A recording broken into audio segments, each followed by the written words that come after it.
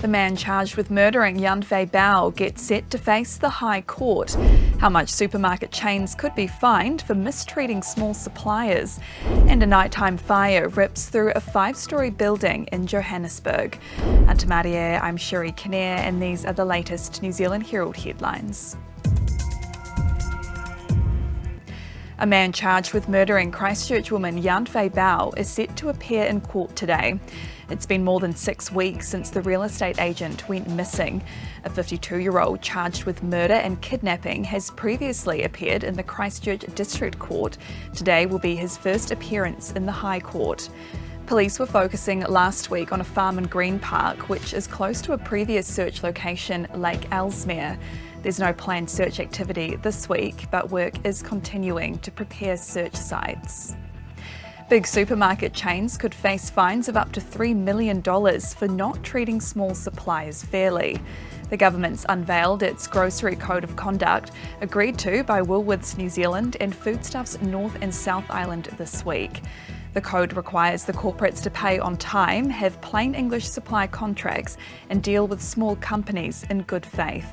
Breaches will result in a fine of either 3% of turnover, the value of the gain from the breach, or $3 million, based on what's greater.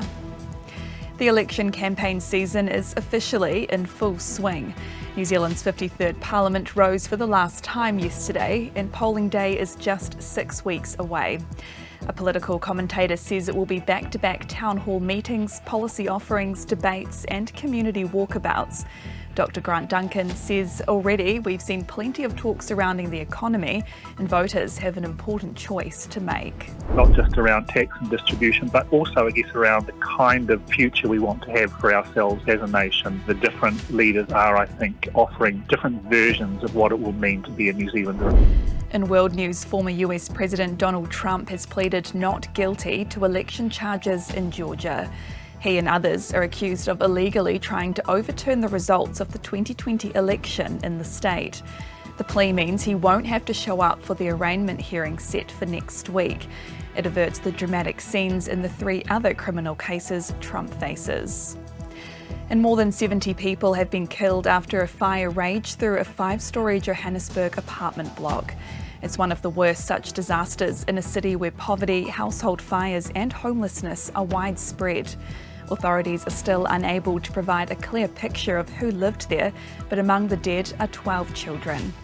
President Cyril Ramaphosa says he hopes an ongoing investigation into the cause of the fire would help prevent a similar tragedy from occurring in the future. And those are the latest New Zealand Herald headlines and the last morning bulletin from me in New Zealand, at least for now. I'm heading to France to cover the Rugby World Cup. Go the All Blacks. Kia pai te rā.